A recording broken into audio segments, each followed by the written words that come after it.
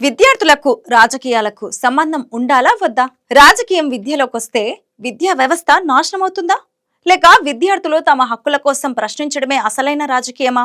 చదువులో రాజకీయం కలపండి, విద్యార్థులు రాజకీయాలకు దూరంగా ఉండాలి అనే మాటల్ని ఇంట్లో పెద్దవాళ్ళ నుంచి టీవీ ఛానళ్ల చర్చల వరకు అనేక సార్లు వినిపిస్తూ ఉంటాయి. మరి విద్యార్థులకు సంబంధించి మంచి రాజకీయం ఏది, చెడు రాజకీయం ఏది? మొన్నటికి మొన్న జరిగిన నీట్ పేపర్ లీక్, దాని తర్వాత సీజేపీ విద్యార్థుల సుడిగాలి నిరసనలు ఈ చర్చకు మళ్లీ తెరపైకి తీసుకొచ్చాయి. నీట్ పరీక్ష భారత్ లో లక్షలాది మంది మధ్యతరగతి పేద విద్యార్థుల కళ.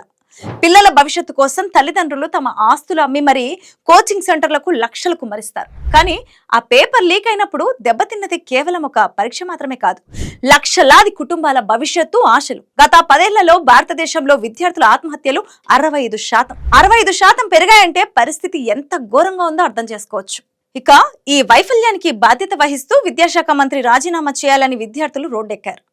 ఇక ఈ పోరాటమే సీజేపీ నిరసన. ఇది కేవలం ఒక రీ ఎగ్జామ్ కోసం జరిగిన పోరాటం కాదు, రాజకీయాన్ని ప్రశ్నించిన పోరాటం. మన విద్యా వ్యవస్థలో దశాబ్దాలుగా నడుస్తున్న చెడు రాజకీయం రూపురేఖలు ఎలా ఉంటాయో ఒకసారి చూద్దాం. 1966లోనే ప్రసిద్ధ కొఠారి కమిషన్ ఏం చెప్పిందో తెలుసా? దేశ జీడీపీలో కనీసం 6% నిధులను విద్యకు కేటాయించాలి. కానీ గత 12 ఏళ్లలో బడ్జెట్ లో విద్యారంగ వాటా 4.6% నుండి 2.5% పడిపోయింది. విద్యా వ్యవస్థపై ప్రభుత్వం చూపుతున్న నిర్లక్ష్యానికి నిదర్శనం.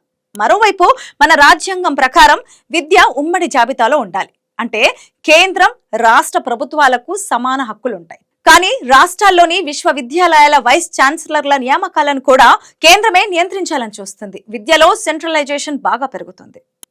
ఎన్ఈపీ 2020 వికసిత్ భారత్ శిక్షా అధిష్టాన్ పేరుతో ఫెడరల్ వ్యవస్థను దెబ్బతీస్తూ చదువుని కేంద్రం గుప్పెట్లోకి తీసుకుంటుంది. ఇది చెడు రాజకీయం కాదా? ఇంకో పక్క సిలబస్ లో మార్పులు, విద్యలో కాషాయకరణ పెంచుతున్నారు, సామాజిక అంశాలు లేకుండా పోతున్నాయి. విజ్ఞాన శాస్త్రం, చరిత్ర పుస్తకాల్లో సొంత రాజకీయ లేదా ఐడియాలజికల్ అజెండాలను రుద్దటం, ప్రశ్నించే తత్వాన్ని చంపేసి గుడ్డి నమ్మకాలను ప్రోత్సహించడం చెడు రాజకీయానికి మరో ఉదాహరణ. ఇక ప్రభుత్వ పాఠశాలలు, కళాశాలల్లో ఖాళీలను భర్తీ చేయకపోవడం, ప్రైవేటు సంస్థలకు రాయితీలు ఇవ్వటం ద్వారా సామాన్యుడికి చదువును దూరం చేస్తున్నారు. దీన్ని ప్రశ్నిస్తూ విద్యార్థులు రోడ్డెక్కితే పోలీసులు బలగాలతో అణిచివేస్తున్నారు. ప్రశ్నిస్తే అరెస్టులు, కేసులు, పోలీసుల దాడులు ఎలా కరెక్ట్ అవుతుంది? చెడు రాజకీయంలో ఇది భాగమే. మరి మంచి రాజకీయం అంటే ఏంటి? సామాజిక సమానత్వానికి, ఆర్థిక ఎదుగుదలకు విద్య అతిపెద్ద సాధనమని గుర్తించి దాన్ని ప్రతి పౌరుడి ప్రాథమిక హక్కుగా మార్చడమే మంచి రాజకీయం. 2009లో వచ్చిన విద్యా హక్కు చట్టం వంటివి సివిల్ సొసైటీ, ప్రభుత్వాల భాగస్వామ్యంతో వచ్చిన మంచి రాజకీయ ఫలితం. విద్యా సంస్థల్లో కులం, మతం, ప్రాంతం అనే తేడాలు లేకుండా విద్యార్థులను ఏకం చేయటం మంచి రాజకీయం. విద్యా సంస్థల్లో చర్చలు, డిబేట్లు జరగాలి. భిన్న వాదనలు అర్థం చేసుకుని హేతుబద్ధంగా విద్యార్థి ఎదిగే వాతావరణం ఉండాలి. సీజేపీ నిరసనల్లో విద్యార్థులు తమ ఐడెంటిటీలను పక్కన పెట్టి మాకు న్యాయం కావాలి, చదువు మా హక్కు అని ఒకే గొంతుకతో పోరాడారు. ప్రశ్నించే తత్వాన్ని, బహుళ సంస్కృతులను ప్రోత్సహించే ఉపాధ్యాయ శిక్షణ, పాఠ్యాంశాలను రూపొందించడమే నిజమైన మంచి రాజకీయం. సో చదువు, రాజకీయాలు వేరువేరు కాదు.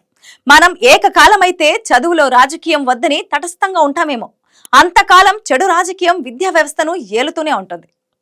నీట్ లీకేజ్ వంటి సంఘటనలు మనకు నేర్పిన పాఠం ఒక్కటే: మనం ప్రశ్నించినంత కాలం వ్యవస్థలో మార్పు రాదు. దేశ ప్రగతికి, సామాజిక న్యాయానికి విద్యే మూలస్తంభం.